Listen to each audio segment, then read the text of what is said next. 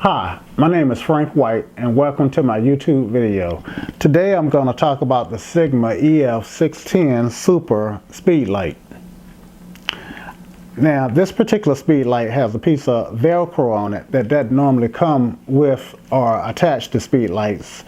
But since I used this one with a snoot, then I did mount this Velcro on it so I can mount the snoot to it pretty quickly and easily. If you don't know what a snoot is, then just keep coming back and eventually we'll get there. This speed light I consider more of a prosumer grade speed light as opposed to a true professional grade speed light. But overall, it's a great speed light to get your exposure using ETTL or a manual if you're willing to take the extra steps to set it up correctly. One of the biggest pros for the speed light is its raw power. It's one of the more powerful speed lights for DSLRs on the market. This speed light has a guide number of 61.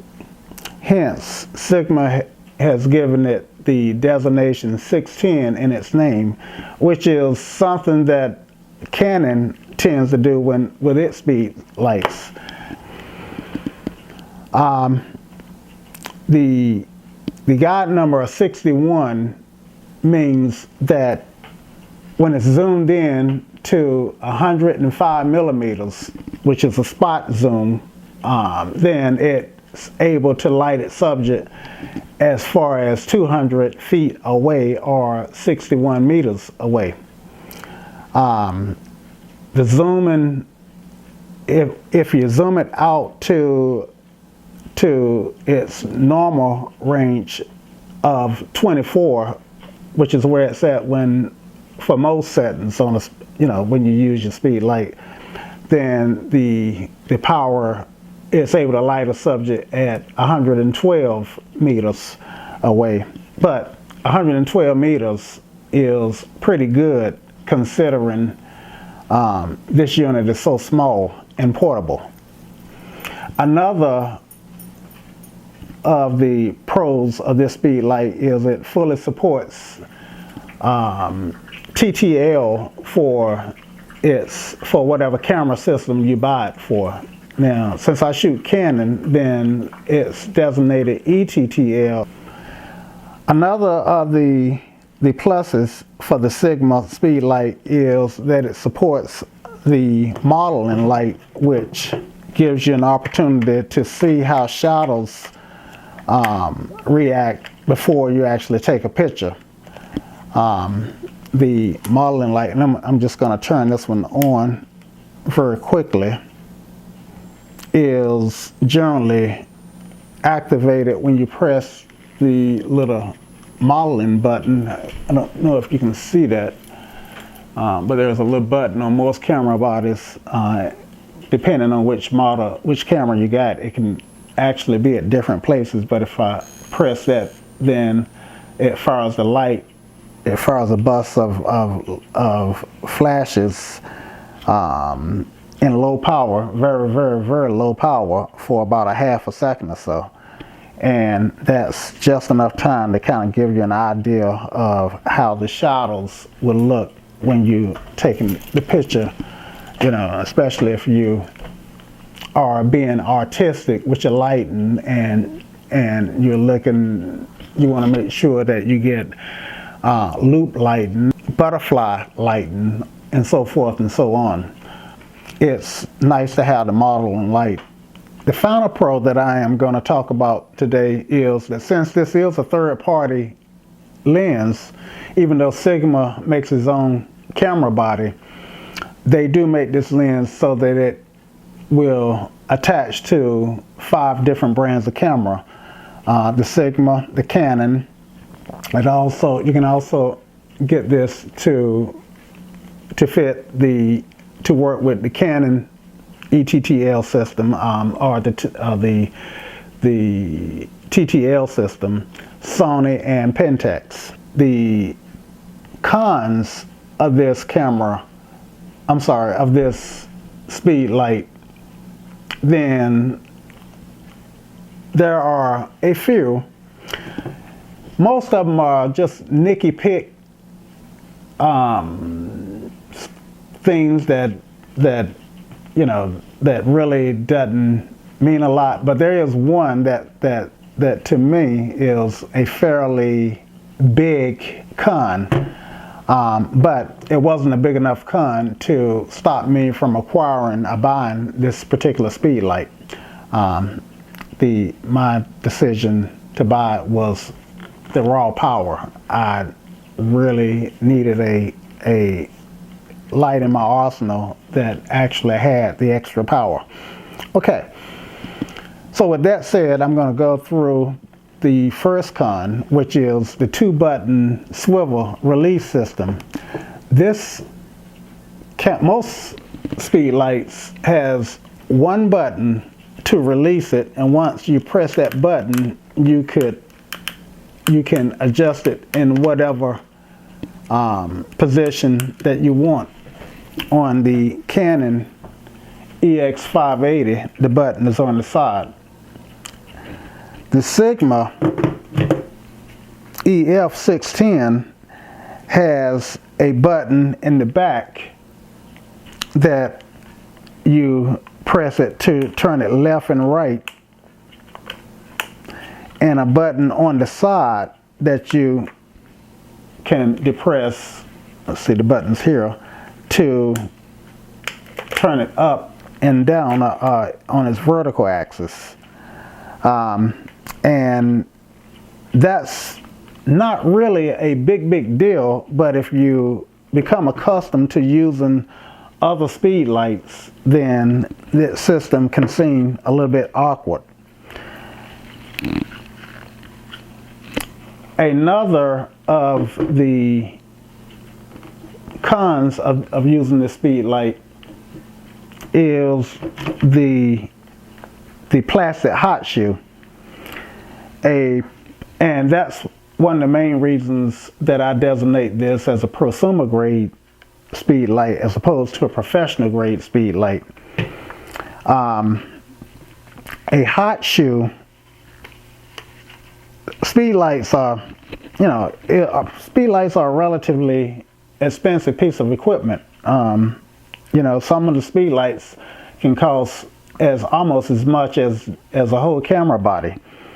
Yet on the Sigma speed light, it has a plastic hot shoe. Now, that doesn't affect the function of the speed light, but what may happen is that over time, then you can stress plastic, and we all know what plastic does after it stresses out, but we can stress this little area, this little plastic foot, if we use it often enough, and at some point it's more apt to break off than one that's made of metal, or it's more apt to just break, period, if it's dropped or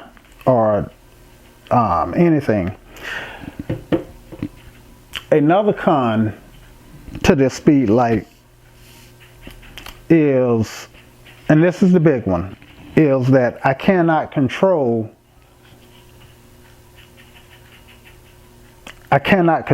the speed light in manual mode from the camera body.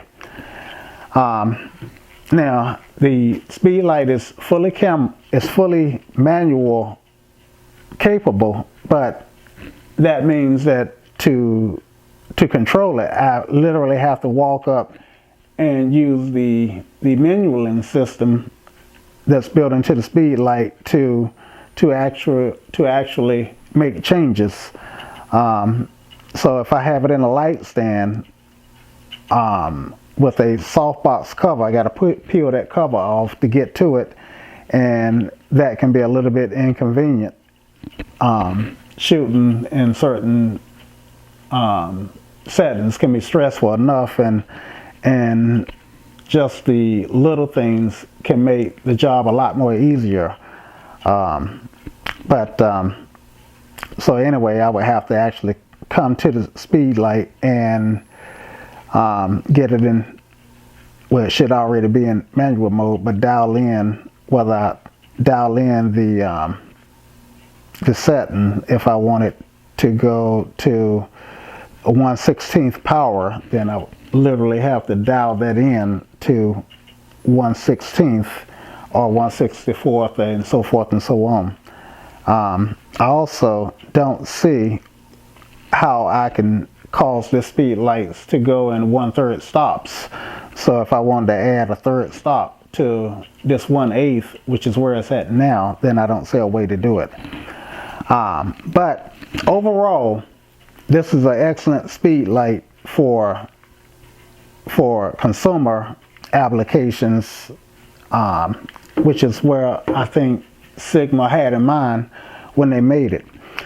Lastly, and this too is one of those small things that you know, some people might consider nitpicky, and it's certainly not a deal killer, is that for a professional grade speed light with this guide number or of this caliber, the left to right should swivel. I would have thought the left to right would swivel and 180 degrees in both directions. It swings 180 degrees to the left and only 90 degrees to the right.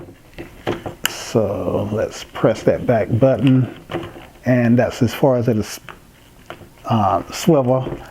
Whereas on a higher end speed light, let's see, if I turn it this way, then you can see that you can ultimately get a 360 degree radius, which means in some situations where you got your light stand so that you don't want to move it, but you want to reshape your light, you don't have to move your light stand to reshape your light. So those are small things that that relegate the Sigma speed light to more of a prosumer grade speed light. As I mentioned before, this speed light does what it's intended to do, and it does it well. Its audience would be those who are like me, who actually need a speed light in their arsenal that has that extra power, that raw power. In some of my photography, I actually sometimes want to be artistic or shape light in certain ways to create effects that I want, and this speed light by Sigma certainly helps me get some of the desired effects that I want. So with that said, I appreciate you watching this review, and if you would give me a like if you like this video, or give me a dislike if you did not like this video. So I hope you enjoyed watching this speed light, and I hope that I was able to give you some information that you may have not had before, or answer some of the questions about the EF610 DG Super that you had. If you like this video, please take a moment and hit the like button, and if you dislike it, then do likewise, hit the dislike button, but hoping you liked it. And finally, please subscribe to my channel. So with that, thanks guys, and I appreciate you watching.